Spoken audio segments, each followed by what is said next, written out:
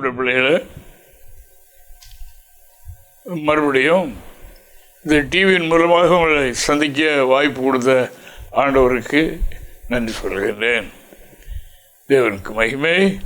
இப்பொழுது ஆண்டவர் இந்த வார்த்தையை தியானிக்கிறதுக்கு முன்னால் நாம் ஒரு ஜெபம் பண்ணுவோம்.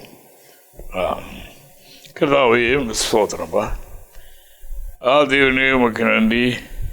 உம்முடைய நாமம் மகிமைப்படும்படியாக கர்த்தாவே நீர் சுத்தம் கொண்டு கர்த்தாவே சுதிக்கிறியா இந்த டிவி ஏற்பாடு பண்ணியிருக்கிறீர். இந்த வார்த்தை ஆதவனே பல நூற்றுக்கணக்கான மக்களுடைய செவிகளில் விழுகிறபடியினால் இது மனித சுத்தமாக இல்லை, தேவ சுத்தமாய் வெளிப்படட்டும் சாமி. கர்த்தர் செய்யும் ஐயா. ஆமீன். கர்த்தாவே கேட்கின்ற மக்களுக்கும் நன்மையும் ஆசீர்வாதமும் உண்டாகட்டும். கர்த்தருடைய வார்த்தை வல்லமை உள்ளது என்று சொல்லியிருக்கின்ற பிரகாரம் வல்லமை அவர்களை ஆட்கொள்ளட்டும். இப்படி நாம் மகிழ்ப்படட்டும். நாவிலிருந்து சுத்தமானவர்களை வெளிப்படுத்தும். இதுவே நாம் மகிழ்ப்படுவதாக இயேசுவின் மூலம் ஜெபிக்கிறோம் பிதாவே. ஆமென். ஆமென். அன்பான தேவனுடைய பிள்ளைகளே, இந்த நாளிலும் நம்முடைய தியானத்துக்கு தேவன் தருகின்ற வார்த்தையை நாம் கவனிப்போம். தேவனுக்கு மகிமை. ஆண்டவராகிய தேவன் மனுமக்களை படைத்த படைப்பு தேவ சாயலாக படைத்தார். தேவனுடைய ரூபத்தின்படியே அவனை படைத்தார்.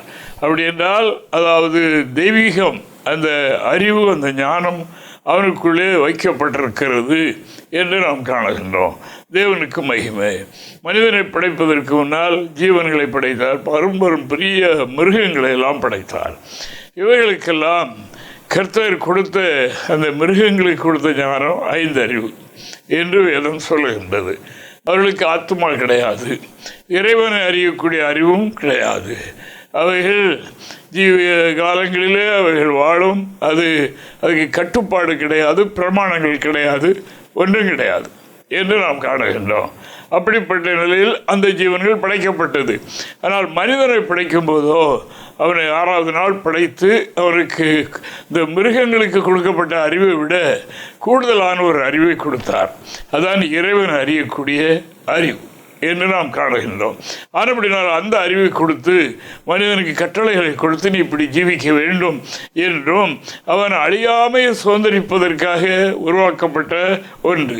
ஆனப்படினால் அதை அடைவதற்கு இந்த அறிவை அவன் பயன்படுத்தி, அதாவது கடவுளுடைய விருப்பத்தை அவன் நிறைவேற்றும் போது அவன் இந்த உலகத்தில் உள்ள தீமைகளை விட்டு விலகி ஒரு தூய வாழ்க்கை செய்யும் போது அவனுக்கு ஒரு மேன்மையான காலம் இருக்கிறது என்று அறியக்கூடிய அந்த மெய்யறிவை மனிதனுக்கு வைத்தார். இங்கே நாம் பார்க்கும்போது சங்கீதக்காரன் சொல்லுகின்றார். என்ன சொல்லுகிறார் என்றால், அதாவது அந்த அறிவை ஒரு மனிதன் இழந்து விட்டால் அவனும் அந்த 5 மிருகத்தை போல ஆகிவிடுகிறான் என்று எழுதுகிறதை நான் 49ஆம் சங்கீதம் 20வது வாக்கியத்தில் வாசிக்கும் போது இவனமாக நாம் வாசிக்கிறோம். வாசிப்போம். கணம் பொருந்தினவனாய் இருந்தும் அறிவில்லாத மனுஷன் அழிந்து போகிற மிருகங்களுக்கு ஒப்பாக பிரகாரமாக எவ்வளோ கனத்துக்குரிய மனிதர்களை நாம் காணுகின்றோம். கனம் என்று சொன்னால் எவ்வளோ வித்தியாசமெல்லாம் இருக்கிறது என்று நாம் காணுகிறோம். அப்படிப்பட்ட மனிதனாய் இருந்தும் அதாவது இறைவனை பற்றிய அறிவு அவனுக்கு இல்லாவிட்டால், அவன் அதை பயன்படுத்தாவிட்டால் அவனும் சாதாரண ஒரு மிருகத்தை போல ஆகிவிடுகிறான் என்று நாம் காணுகின்றோம். பாருங்கள், சிலர் கூட பேசும்போது சொல்வார்கள், என்னப்பா இப்படியெல்லாம் பேசுகிறாயே, இப்படி சொல்லுகிறீர்களே, மனச்சாட்சி இருக்குதா உங்களுக்கு என்று கேட்கிறாங்க அல்லவா? அந்த மனச்சாட்சி தான் அந்த அறிவு. தேவன் கொடுத்திருக்கிற கூடுதலான ஒன்று மனிதனுக்கு கிடைக்கப்பட்ட பாக்கியம். ஆனபடியினால் அதாவது மனிதன் அறிவுள்ளவனாயிருந்தாலும் கனத்துக்குரியவனாக இருந்தாலும் அவன் இறைவனை பற்றிய அறிவு, மனித அறிவு வேறு. அதாவது மனிதன் சொந்த அறிவில் அவருக்கு கொடுக்கப்பட்ட ஞானத்தில் என்னெல்லாம் இன்றைக்கு பண்ணுகிறான் பாருங்க. சந்திர மண்டலத்துக்கு போகிறான், அங்கே போய் வானமண்டலத்தில் குடியிருக்கலாம் என்னெல்லாம் ஆராய்ச்சி பண்ணுகின்றான், எங்கெல்லாமோ அறிவு போகிறது. ஆனால் அந்த அறிவு மனிதனை இருமாப்பு உண்டாக்கும் என்று வேதம் சொல்லுகின்றது. ஆனபடினால இறைவனை அறியக்கூடிய அறிவு, தேவனுக்கு மகிமை உண்டாவதாக. ஆனபடினால அந்த அறிவுக்கு ஒப்பானவைகள் ஒன்றும் இல்லை என்று நாம் வேதத்தில் வாசிக்கிறோம். இந்த சங்கீதத்திலேயே நாம் முன்னால் உள்ள வசனங்களை வாசிக்கும் போது ஒரு மனிதனுக்கு இவ்வளவு செல்வாக்கு, இவ்வளவு அந்தஸ்து, உலகத்தில் இவ்வளவு மேன்மை, ஐஸ்வர்யம் இவைகளெல்லாம் இருந்தாலும் அவன் இந்த அறிவு இல்லாவிட்டால் அவனும் மிருகத்தை போலதான் அவனுடைய வாழ்க்கை முடிகிறது என்று நாம் பார்க்கிறோம். 49ஆம் சங்கீதம் 16 முதல் 19 வரைக்கும் வாசித்து பார்க்கலாம். ஒருவன் ஐஸ்வர்யனாகி அவன் வீட்டில் மகிமை பெருகும் போது நீ பயப்படாதே. உலக பிரகாரமான ஐஸ்வர்யம் அது ஒரு மகிமை தான், உலகத்தில் உள்ள ஒரு மகிமை. ஆனால் அதை குறித்து நீ பயப்படாதே. அவன் மரிக்கும் போது ஒன்றும் கொண்டு போவதில்லை. அவன் மகிமை அவனை பின்பற்றி செல்வதும் இல்லை. அவன் உயிரோடு இருக்கையில் தன் ஆத்துமாவை வாழ்த்தினாலும் நீ உனக்கு நன்மையை நாடினாய் என்று மனுஷர் அவனை புகழ்ந்தாலும் அவன் என்றென்றைக்கும் வெளிச்சத்தை காணாத தன் பிதாக்களின் சந்ததியை சேர்வான். தேவனுக்கு மகிமை உண்டாவதாக இவனே தன்னை எண்ணலாம். நான் பாருங்க, எவ்வளவு பெரிய கனத்துக்குரிய மனிதன், எவ்வளவு பெரிய மனிதன் தன்னுடைய ஆத்துமாவை வாழ்த்துகிறான். வாழ்த்திக்கிட்டு அவனு மற்றவர்களும் சொல்லுகிறார், நீ பாக்கியவானங்களப்பா, இவ்வளவு பெரிய ஆளாயிட்டே, இவ்வளவு ஒரு தாழ்மையான குடும்பத்தில் பிறந்து, இவ்வளவு படித்து, இவ்வளவு பட்டம் பெற்று, இவ்வளவு பெரிய ஒரு அதிகாரத்துக்குள் வந்துவிட்டாய் என்று வாழ்த்தினாலும் அவன் போகிறது எங்கே? இப்படி வாழ்ந்து கடந்து போன முன்னோர்கள், அவர்கள் போகிற அந்த இருட்டுக்குள்ளே, அந்த நரகத்துக்குள்ளே அவன் போகிறான். அவன் வெளிச்சத்தை காணாத இருளை சந்திக்கிறான். ஆனபடியினால் அவன் ஐஸ்வர்யவன் ஆகும் போது, அவன் இப்படி உயர்வா அடையும் போது நீ பயப்படாதே. நீ இறைவனை அறியக்கூடிய அறிவுடையவனாக இருக்கிறபடியினால் அந்த இறைவன் யார்? ஆனபடினால் அவரை வழிபடுகிற, அவரை பின்பற்றுகிறவர்களுக்கு என்ன கிடைக்கும், அவர்களுக்கு அதனால் என்ன ஆதாயம், அவர்களுக்கு அதனால் என்ன மேன்மை என்று அறிந்து நீ அப்படி ஜீவிக்கும் போது அதுவே மேன்மை என்று பக்தன், சாலமோன், தேவனிடத்தில் வரம் பெற்ற, தேவனிடத்தில் கிருபை பெற்ற, ஞானம் பெற்ற அந்த சாலமோன் இங்கே சொல்லுகிறார். பாருங்க, அறிவிலே சிறந்த அறிவு எது என்று அவர் சொல்லுகிறார். வாசிக்கலாம். கர்த்தருக்கு பயப்படுதலே ஞானத்தின் ஆரம்பம், பரிசுத்தரின் அறிவே அறிவு. தெய்வம், கடவுள் யார் என்று அறிகிற ஒரு அறிவு. அவர் யார்? அதை பற்றி அறியும் போது அவர் பரிசுத்தர். ஆனபடினால அவரை அறியக்கூடிய அறிவு அது ஒரு மனிதனில் வரும்போது அவனிலும் அது உருவாகி வளர ஆரம்பிக்கிறது. அவன் அந்த பரிசுத்த ஜீவியத்தில் வளர ஆரம்பிக்கிறான். அந்த மேன்மைதான் மேன்மை. ஆண்டவராகிய இயேசு கிறிஸ்து யூதர்களை பார்த்து சொல்லும்போது, யூதர்கள் தங்களை மேன்மையாக, நாங்கள் தான், எங்களுக்கு தான் வேதம், எங்களுக்கு தான் கடவுள், நியாயப்பிரமாணம் எங்களுடையது எல்லாம் எண்ணிக்கொண்டு இருக்கிற காலத்தில் இயேசு ஒரு நாள் அவர்களுக்கு சொன்னார். பாருங்கள், எல்லாம் இருந்தாலும் ஒரு மனிதனுடைய வாழ்க்கையில் ஒரு தூய வாழ்க்கை, ஒரு பரிசுத்தமான ஒரு ஜீவியம் இல்லாவிட்டால் பயன் என்ன? அது கிடைக்கிறது எப்படி? அந்த இறைவனை பற்றிய அறிவு யாருக்கு இருக்கிறதோ, அந்த அருளை யார் பெறுகிறார்களோ அவர்களுக்கு தான் அந்த கிஃப்ட், அந்த கிருபை உண்டாகிறது. அதான் முடியும். மற்றபடி எவ்வளவு கனத்துக்குரிய மனிதனாக இருந்தாலும் அப்படி வாழ அவனுக்கு இயலாது. இறைவன் வேண்டும். இறைவனை அறிய அறிவு, பரிசுத்தரை அறிகிற அறிவே மெய்யான அறிவு. அந்த அறிவுடையவர்களுக்கு அப்படி ஆகும்.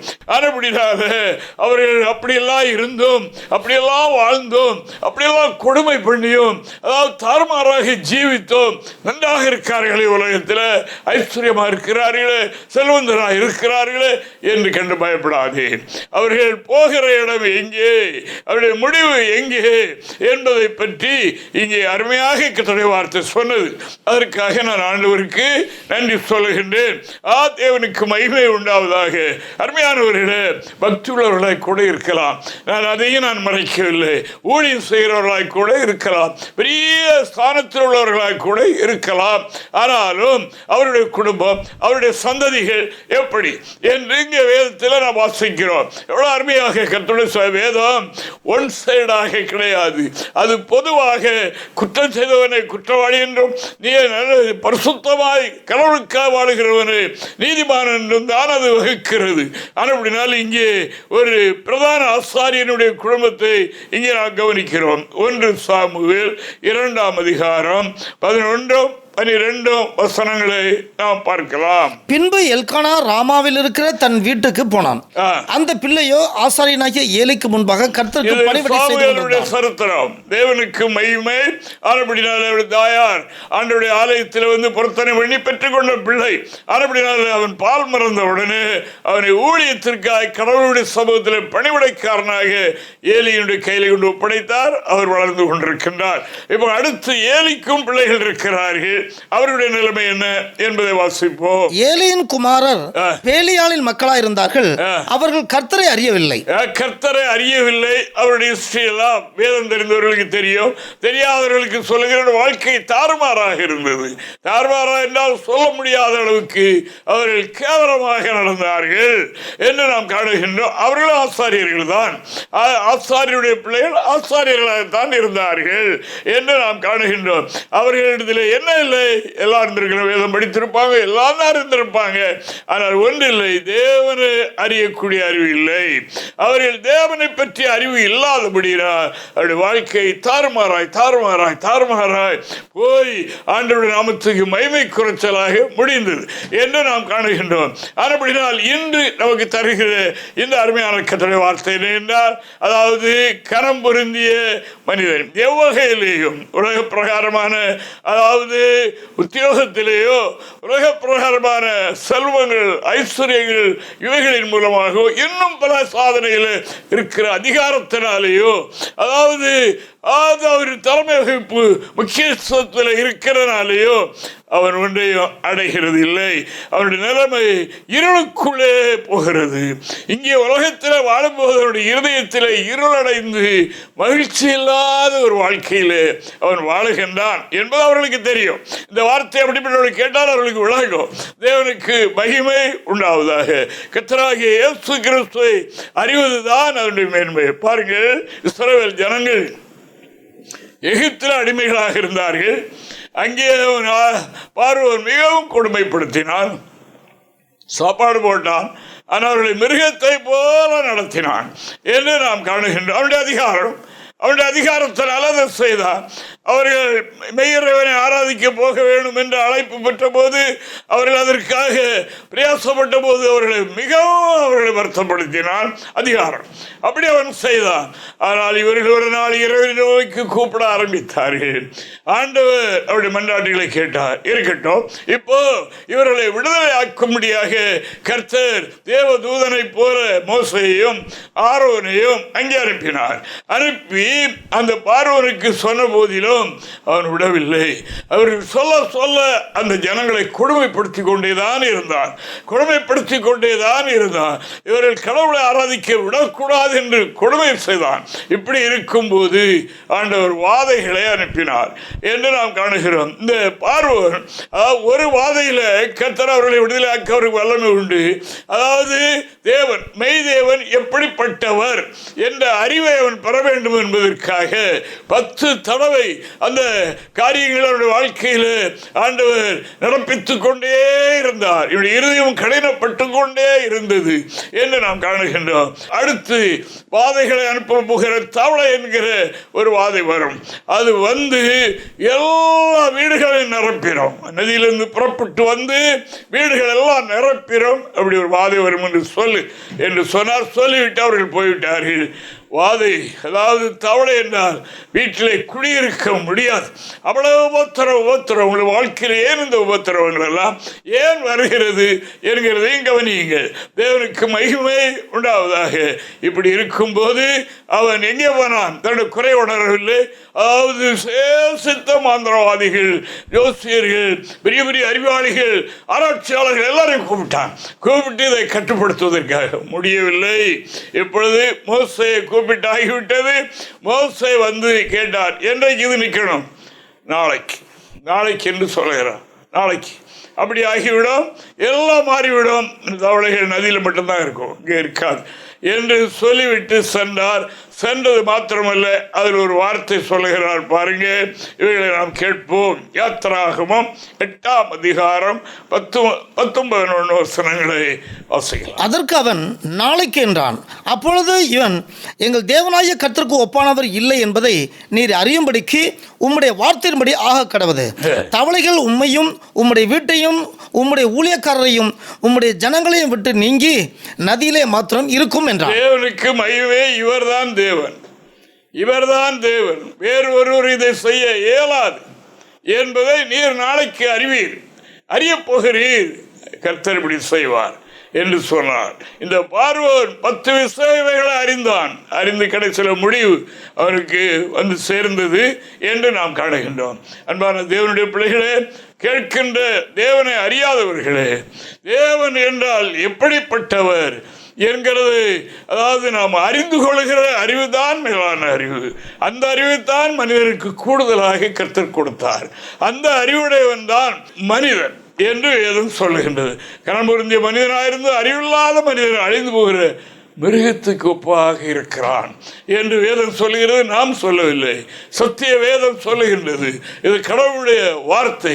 ஆனால் அப்படின்னா ஒரு நாட்டை ஆளுகின்ற மனிதனிடத்தில் மனிதன் சொன்ன அதிகார வார்த்தை என்ன என்றால், அதாவது இவர் ஒருவர் தான் தேவன் என்பதை நீர் அறிவதற்கு நாளைக்கு இது நடக்கும் என்று சொல்லிவிட்டு சென்றார்கள். அப்படி ஆயிற்று.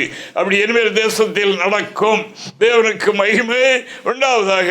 ஆனபடியினால் இந்த வாழ்க்கையில் இருக்கும்போது மனிதன் எதை அறியணும்? மெய்யிறைவனை அறிய வேண்டும். அந்த அறிவுதான் வேண்டும் என்று ஆண்டவராகிய தேவன் விரும்புகிறார். ஒரு நாள் ஒரு பெரிய மனிதன், அந்த மனிதன் அதாவது இயேசுவை பற்றி கேள்விப்பட்டான், ஆனால் அவரை பார்க்கவில்லை. அவனுக்கு எல்லா வசதிகளும் உண்டு, எல்லா ஆசீர்வாதங்களும் உண்டு, அவனுடைய கைக்குள்ளே நிறைய பணியாட்கள் உண்டு, எல்லாமே உண்டு. ஆனாலும் அவனுக்கு ஒரு ஏக்கம் என்ன என்றால், அவர் எப்படிப்பட்டவர் என்று பார்க்கணும், அவரை பற்றி அறியணும் என்ற ஒரு ஏக்கம் அவருக்கு உண்டாயிற்று. ஆனால் முடியாது, பெரிய மனுஷன். அதனால் கூட்டத்துக்குள்ளே அவர் வருகிறார். இவர் வாழ்க்கைக்குள்ளேயான ஒரு மனிதனும் கூட. ஆனப்படினால எடுக்கிற பிரயாசத்தை பாருங்க. இயேசு எப்படிப்பட்டவர் என்று எப்படியாவது அறிய வேண்டும், எப்படியாவது அவரை பார்க்க வேண்டும் என்று அவன் மரத்தில் ஏறுகிறான். மரத்தில் ஏறி மரத்திலிருந்து ஒளித்திருந்து பார்க்க இயேசு அவனுடைய இருதயத்தை அறிந்தார். வாசிக்கலாம். லூக்கா 19ஆம் அதிகாரம் 3 முதல் சில வசனங்களை நாம் கீழே வாசிக்கலாம். இயேசு எப்படிப்பட்டவரோ என்று அவரை பார்க்க வகை தேடினான். அவன் குள்ளனானபடியால் ஜனக்கூட்டத்தில் அவரை காணக்கூடாமல் அவர் போகும் வழியிலே முன்னாக ஓடி அவரை பார்க்கும்படி ஒரு காட்டத்தி மரத்தில் ஏறினான். இயேசு அந்த இடத்தில் வந்தபோது அண்ணாந்து பார்த்து அவனை கண்டு, சகையுவே, நீ சீக்கிரமா இறங்கி வா, இன்றைக்கு நான் உன் வீட்டிலே தங்க வேண்டும் என்றார். அவன் சீக்கிரமா இறங்கி சந்தோஷத்தோടെ அவர் அழைத்து கொண்டு போனான். அதை கண்ட யாவரும், இவர் பாவியான மனுஷரிடத்தில் தங்கும்படி போனார் என்று முறுமுறுத்தார்கள். சகையு நின்று கர்த்தரை நோக்கி, ஆண்டவரே, என் ஆசைகளில் பாதி ஏழைகளுக்கு கொடுக்கிறேன். நான் ஒரு இடத்தில் எதையாகிலும் அது அநியாயமாய் வாங்கினது உண்டானால் நாளத்தனையாக திரும்ப செலுத்துகிறேன் என்றார். எப்படிப்பட்டவர் என்று அவர் அறிந்து கொண்டார். தேவனுக்கு மகிமை. எப்படிப்பட்டவர் என்று தோற்றத்தில் அறியவில்லை. அங்கே மரத்தில் ஒளித்திருந்தது யாருக்கும் தெரியாது, மரத்தில் ஏறினது தெரியாது, ஒளித்ததும் தெரியாது. அவர் எங்கேயோ வந்து கொண்டிருக்கும் போது அவர் ஏறி ஒளித்திருக்கிறார். கிட்ட வந்து மேலே பார்த்து, சகைவே இறங்கி வா என்றார். அப்போவே அறிந்து கொண்டான், ஓ, இவர் மனிதன் அல்ல என்பதை அவன் தெரிந்து கொண்டான். இப்பொழுது அவரை பின்பற்றி அவருடைய வீட்டிற்கு இயேசு வருகிறேன் என்று போகிறார். அழைத்து கொண்டு செல்கிறார். பாவியான மனுஷன்தான், அவர் அதை ஒத்துக்கொள்கிறார். அப்படி இருக்கும்போது இவனுக்குள்ளே இயேசுவை பார்த்த உடனே பாவ உணர்வு வந்துட்டு, தேவனுக்கு மகிமை. இதுதான் ரொம்ப முக்கியம். தேவனுக்கு மகிமை, பரிசுத்தரை அறிகிற அறிவு இதுதான், இந்த அறிவு தான். அதனுடைய என்னுடைய வீட்டிற்கு அவர் வருகிறாரே, நான் பாவியாச்சுது, என்னுடைய பாவியாகி என்னுடைய வீட்டில் அவர் எப்படி தங்க மக்களெல்லாம் கூச்சலிடுகிறார்கள். அது ஒரு பக்கம். என்னுடைய மனதுவாக அவரை பார்த்த உடனே என்னுடைய தவறு எனக்குள்ளே உணர்வு உண்டாகிறது. இதுதான் இறை அறிவு. ஃபர்ஸ்ட் அறிவு இதுதான். தேவனுக்கு மகிமை உண்டாவதாக. கடவுளை ஆராதித்து கொண்டு இல்லாத பாவத்தையும் செய்து கொண்டு சபையிலும் சங்கத்திலும் முக்கியஸ்தர்களாக இருந்து கொண்டு நரகத்தை இருளை நோக்கி போகிறவர்களை கேளுங்கள். தேவனுக்கு மகிமை உண்டாவதாக. இந்த வாழ்க்கை சதம் அல்ல, இது ஒரு நாள் தோன்றி அதாவது மறைந்து போகிற, அதாவது நம்ம கண்மனாரை பார்க்கிற இயற்கை செடிகளுக்கு ஒப்பாக அதில் வருகிற பூக்களுக்கு ஒப்பாக நம்முடைய வாழ்க்கையினுடைய மேன்மை அது வேலடித்த போது எல்லாமே உலர்ந்து போகிறது போலதான் மனித வாழ்க்கை என்று எழுதியிருக்கிறது. தேவனுக்கு ஸ்தோத்திரம். ஆனபடினால் அன்பானவர்களே, இந்த வார்த்தையை கேளுங்கள். ஆனபடினால இந்த சகைவுக்கு உண்டான ஏக்கம் என்ன அவர் அறியணும். அவர் எப்படி பார்க்கணும் என்று வெளித்தோற்றத்தை பார்ப்பதில்லை. ஆண்டவரும் வெளித்தோற்றத்தை பார்க்கிறதில்லை. மனிதன் பார்க்கிற பிரகாரம் அவர் உள்ளே பார்த்தார். அவருடைய இயக்கம் நம்மை பற்றி அறிய விரும்புகிறான் என்று. அவர் யார் என்று அங்கே, அதாவது வார்த்தையில் இல்லை, அவரை பார்த்த உடனே, அவருடைய சூழலை பார்த்த உடனே அவர் பரிசுத்தர், என்னுடைய வீட்டுக்கு வருகிறாரு என்று அந்த இயக்கத்தில் பாவங்களெல்லாம் அறிக்கை செய்கிறான். அறிக்கை செய்கிறது மட்டுமல்ல, நான் அநியாயமாக என்னென்ன காரியங்களை வீட்டில் கொண்டு வைத்திருக்கிறேனோ அவைகளெல்லாம் திரும்ப திரும்ப நாளத்தில் கொடுத்துட்றேன் ஆண்டவரே, நீர் என்னுடைய வீட்டுக்கு வருகிறீரு. அந்த அறிவை அவன் பெற்றான். அந்த அறிவை பெற்றவர்கள் அப்படித்தான் இருப்பாங்க. தேவனுக்கு மகிமை. திரும்ப அவர்கள் பாவம் செய்ய மாட்டாங்க, களவு செய்ய மாட்டாங்க, திரும்பி பழைய வழிக்கு போக மாட்டாங்க. ஆனபடினால் இதை கேட்கிற தேவனுடைய பிள்ளைகளை பரிசுத்தரை அறிகிற அறிவே அறிவு. அந்த அறிவில்லாதவன், அதாவது ஒரு அறிவு குறைவுடைய மிருகத்தை போல் இருக்கிறான் என்று வேதம் சொல்கிறது. இறைவனை அறிவதற்கு சத்திய வேதத்தில் என்ன எழுதியிருக்கிறது என்று பாருங்கள். தேவனுக்கு மகிமை உண்டாவதாக. வாசிங்க 2 பேதுரு புத்தகத்தில் 2ஆம் அதிகாரம் 20, 21 வசனங்களை நான் வாசிக்கும் போது இங்கே அப்போஸ்தலன் என்ன சொல்கிறார் பாருங்க. இறைவனை அறியக்கூடிய அறிவினாலே இந்த உலகத்தின் அசுத்தங்களுக்கு தப்பினவர்கள் என்று தொடர்கிறது. அதாவது இறைவனை அறிகிற அறிவினால அநேகர் அப்படி கொஞ்ச நாள் ஆயிருப்பார்கள், அப்புறம் பேக்கில் போயிடுவாங்க. அது மகாபெரிய பாவம், பெரிய சோதனை, பெரிய தப்பு. அப்படினால் நான் பார்க்கிறேன் என்றால் இந்த இறைவனை அறியக்கூடிய அறிவு ஒரு மனிதனுக்கு கூட கூட கூட கூட என்னாகுமா, உலகத்தின் அசுத்தங்களெல்லாம் இவனை விட்டு நீங்கிறோம், லகுவாக நீங்கிறோம். போராட வேண்டாம், இது இவனை விட்டு போய்விடும். அந்த அறிவு ஆழமான அறிவு இவனுக்குள்ளே இருக்கிறபடினா அப்படி ஆகும். வாசிங்க பார்ப்போம். கர்த்தரும் இரட்சகருமாய் இருக்கிற கிறிஸ்து இயேசுவை அறிகிற அறிவினாலே, இயேசு கிறிஸ்துவை அறிகிற அறிவினாலே உலகத்தின் அசுத்தங்களுக்கு தப்பினவர்கள். இயேசுவை அறிகிற அறிவினாலே உலகத்தின் அசுத்தங்களுக்கு தப்பினவர்கள் உலகத்தில் எவ்வளவு இருக்காங்க பாருங்க. அப்படினாலே இயேசுவை அறிகிற அறிவினாலே, அந்த மெய் அறிவினாலே அவர்கள் உலகத்தின் அசுத்தங்களுக்கு தப்புவார்கள், தப்பினவர்கள். மறுபடியும் அவைகளில் சிக்கிக் கொண்டு ஜெயிக்கப்பட்டால் அவர்களுடைய பின்னலமை முன்னிலைமையிலும் கெடு உள்ளதாயிருக்கும். அவர்கள் நீதியின் மார்க்கத்தை அறிந்த பின்பு தங்களுக்கு ஒப்புவிக்கப்பட்ட பரிசுத்த கற்பனையை விட்டு விலகுவதை பார்க்கிலும் அதை அறியாதிருந்தால் அவர்களுக்கு நலமாயிருக்கும். கேளுங்க, அறிந்தவர்களுக்கும் அறியாதவர்களுக்கும் இந்த வசனங்கள் பேசுகிறது. தேவனுக்கு மகிமை உண்டாவதாக. அறிகிறதினால் உலகத்தின் அசுத்தங்களையும் தப்பி, அதை அறிந்தவர்கள் அறிந்து அநேக காரியங்களில் தப்பினார்கள். மறுபடியும் அந்த மயக்கம் சிலரை பிடிக்கும், அது பின்தொடர வரும். இந்த அறிவை பெற்றவர்கள் அதாவது மீண்டும் அதில் போய்விடக்கூடாது. அதாவது அது அந்த வழியில் போனால் ஒரு இருளின் பாதை நம்மை கொண்டு போய் நரகத்தில் தள்ளிவிடும் என்ற அந்த அறிவு, இறைவன் அறிகிறது தான் அது வரும். அந்த அறிவு உடையவர்கள் அதுக்கு விலகி தப்பித்து உலகத்தின் அசுத்தங்களை எல்லாம் களைந்து களைந்து களைந்து களைந்து அந்த தூயவரை போல மாறுவார்கள் என்று பைபிள் சொல்லுகிறது. தேவனுக்கு மகிமை உண்டாவதாக. அதாவது எவ்வளவு பெரிய மனிதனாக இருந்தாலும், அதாவது ஒரு சின்ன காரியத்திலிருந்து அதனுடைய பிடியிலிருந்து விடுதலை பெற முடியவில்லை. சாதாரண காரியம், ஒரு புகை பிடித்தல், ஒரு பொடி போடுதல், என்னெல்லாமோ இருக்கு பாருங்க. பெரிய பெரிய மனிதர்களெல்லாம் பிடித்து வைத்திருக்கிறது, அவர்களை அடிமைப்படுத்தியிருக்கிறது. பாவம் செய்கிற எவனும் பாவத்துக்கு அடிமையா இருக்கிறான் என்ற வேதத்தின்படி இன்று உலகம் முழுவதும் அப்படியே போய்கொண்டிருக்கின்றது. உலகம் முழுவதும் இருட்டை நோக்கி போகிறது. சத்தத்தை கேட்கின்றவர்களே, மெய்யறிவனை அறியுங்கள், மெய்யிறைவன் யார் என்று அறியுங்கள், அவர் எப்படிப்பட்டவர் என்று பார்க்க விரும்புங்கள், அறியுங்கள். அப்போ நீங்கள் இருதயத்திலே அவர் எப்படிப்பட்டவர் என்பதை ருசித்து பார்ப்பீர்கள். உங்களுடைய இருதயத்திலே அவரை பற்றிய அறிவு உங்களுக்கு படம் போல் தெரியும். அதுதான் உங்களை அந்த நிலைக்கு நடத்தும் என்பதை நான் உங்களுக்கு சொல்லிக் கொள்கின்றேன். அந்த வழியை நீங்கள் நாடுங்கள். அந்த ஒன்றைத்தான் கர்த்தர் விரும்புகிறார் என்று வேதம் சொல்கின்றது. உங்களுக்கு சமாதானம் இல்லையா? எல்லாம் இருக்கிறதா? இருந்தும் சமாதானம் இல்லையா? அதற்கு என்ன செய்யணும்? ஒரு வசனம் வாசிங்க. 2 பேதுரு 1 வாக்கியம். தேவனையும் நம்முடைய கர்த்தராகிய இயேசுவையும் அறிகிற அறிவினால் உங்களுக்கு கிருபையும் சமாதானமும் பெருக கடவுது. இதன் அர்த்தம் வரும். தேவனுக்கு மகிமை, சமாதானம், தேவ கிருபை ஒரு மனிதனுக்கு எப்பொழுது வரும் என்றால் இறைவனை அறிய அறிய அறிய அறிய அறிய இறைவன் எப்படிப்பட்டவர் என்று அறிய, அதாவது சகைவு போல பார்க்க ஆசையாக இருந்தது போல நம்முடைய வாழ்க்கையிலும் ஒவ்வொரு நாளும் இறைவன் அறியணுமே, அவருடைய அறிவு, அவர் எப்படிப்பட்டவர் என்ற அந்த ஆவல் யாருக்கு இருக்கிறதோ அவர்களுக்கு மெய் சமாதானம். மெய் சமாதானம் அவர் தானே, அவர் தானே சமாதான பிரபு. அவர் சமாதானத்தை கொண்டுதான் இந்த பூமிக்கு வந்தார். ஆனபடியினால் அதை பெற்றுக்கொள்ள விரும்புகிறவர்கள் அவரை பற்றி அறிய விரும்புங்கள். நீர் முட்டிட்டு அவரை தேடுங்கள். இறைவனே, நீர் உண்மை எங்களுக்கு காண்பியும், உண்மை பற்றி அறிவித்தாரும் என்று கேளுங்கள்.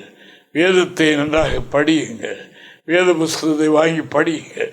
படித்து மனதில் பதித்து அதில் எழுதியிருக்கிறவர்களால் கர்த்தருடைய வார்த்தைகளாக இருக்கிறபடியினால் அப்படியே கை கொள்ளுங்கள்.